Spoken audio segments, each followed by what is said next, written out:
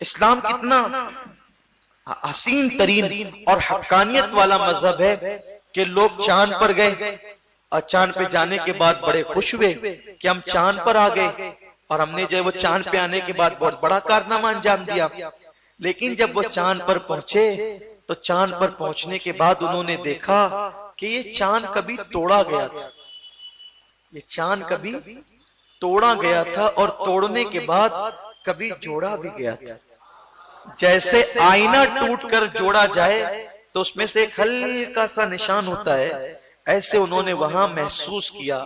تو انہوں نے تحقیق کی کہ اتنا بڑا چاند جو زمین سے بہت بڑا ہے تو اس کو کیسے توڑا جا سکتا ہے، اور توڑ لیا گیا تو پھر جوڑا کیسے جا سکتا ہے۔ جب انہوں نے تحقیق کی تو پتا چلا کہ ہاں آج سے کچھ صدیاں پہلے ایک ایسا اللہ کا برگزیدہ بندہ تھا جس نے مینا کی وادی میں یا جبل ابو قبیس پہ کھڑے رہ کر اشارہ کر کے ہی دو ٹکڑے کیا تھا، اور توڑنا تو سب کو آتا ہے لیکن انہوں نے جوڑ بھی دیا تھا۔ حضور علیہ السلام نے توڑا بھی تھا اور جوڑا بھی تھا۔ قربان جائیں، جب ان کے انگلی کے اشارے کی شان یہ ہے انگلی کے، تو ان کے پنجوں کی شان کیا ہوگی، اور جب ان کے پنجوں کی شان آپ اندازہ نہیں کر سکتے تو ان کی کلائی کی شان کیا ہوگی۔ یہ جو میں اشارہ کر رہا ہوں یہ میرے گنہگار ہاتھ ان ہاتھوں کے برابر نہیں ہے، بس میں سمجھانے کے لیے۔ تو ان کی کلائی کی شان کیا ہوگی، اور جب ان کی کلائی کی شان بے مثال ہے تو ان کے بازوؤں کی قوت کیا ہوگی، اور جب ان کا بازو بے مثال ہے تو ان کے سینے کا عالم کیا ہوگا، اور ان کے وجود ناز کا عالم کیا ہوگا۔ اور جب ایسے وجود والے محمد کی یہ شان ہے تو محمد عربی کو بنانے والا جو خدا ہے اس کی شان کا عالم کیا ہوگا، اس خدا کی قوت کیا ہوگی۔ ہم تو اس اندیکھے خدا کو حضور کے ذریعے سے مانتے ہیں کہ جب یہ ایسے ہیں تو وہ کیسا ہوگا۔ اتنا بڑا رسول ہے، اتنا بڑا رسول ہے۔ دیکھو لوگوں نے جو سورج کو چاند کو یہ بنایا نا، خدا بنایا۔ آج بھی ہندوستان کے اندر ایک چیز چل رہی ہے کہ سورج کو نمسکار کرو،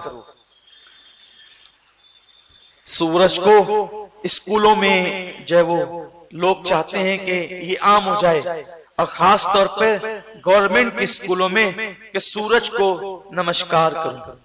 پہلی بات تو مذہب اسلام میں نمسکار کہنا یہی حرام ہے۔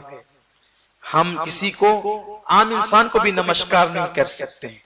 ہمارے یہاں ہمارا اپنا ایک سلام ہے، ہم سلام کرتے ہیں۔ اگر کسی کافر کو بطور ضرورت اس کو کچھ کہنا پڑے تو ہم اس کو گڈ مارننگ کہہ دیں، گڈ ایوننگ کہہ دیں، اور اپنے حساب سے گڈ آفٹر نون کہہ دیں، یہ آپ کہیں۔ لیکن البتہ ہم نمسکار نہیں کر سکتے، نہ کسی کافر کو سلام کر سکتے ہیں نہ اس کو نمسکار کہہ سکتے۔ لوگ نمستے بھی کہتے ہیں، نمسکار بھی کہتے ہیں، اس کا اصل مفہوم ہوتا ہے نمو سیویکار۔ تو یہ جو نمو سیویکار ہے اس کا معنی اسلام میں جائز نہیں ہے، اس کی اجازت اسلام میں نہیں ہے۔ جب انسان کو ہم نمسکار نہیں کر سکتے تو سورج کو کیسے کریں؟ تو اور لوگ سورج کو کیوں نمسکار کرنے کی بات کر رہے ہیں؟ یہ سورج طاقتور ہے، لیکن یاد رکھیں لوگوں نے جب طاقتور سمجھا مٹی کو تو پتھر سے مٹی ٹکرائی تو مٹی ٹوٹ گئی، تو لوگوں نے پتھر کو طاقتور سمجھا۔ لیکن جب پتھر آگ میں جلا تو لوگوں نے آگ کو طاقتور سمجھا، ٹکڑے ٹکڑے ہو گئے جل کر کے۔ لیکن جب اس آگ کو لوگوں نے دیکھا کہ پانی پڑا تو آگ بجھ گئی، تو لوگوں نے پانی کو طاقتور سمجھا۔ اور پانی جب طاقتور تھا تو پھر لوگوں نے یہ دیکھا کہ چاند جو ہے وہ اتنا طاقتور ہے کہ جس وقت وہ اپنی مخصوص تاریخوں میں سمندر پہ پڑتا ہے تو مد و جزر کے ذریعے سے وہ پانی کو اچھالتا ہے اور سمندر مد و جزر آ جاتا ہے، یا سورج کی شعاعیں اس پہ پڑتی ہے تو وہ پانی بھاپ بن کر کے اڑ جاتا ہے۔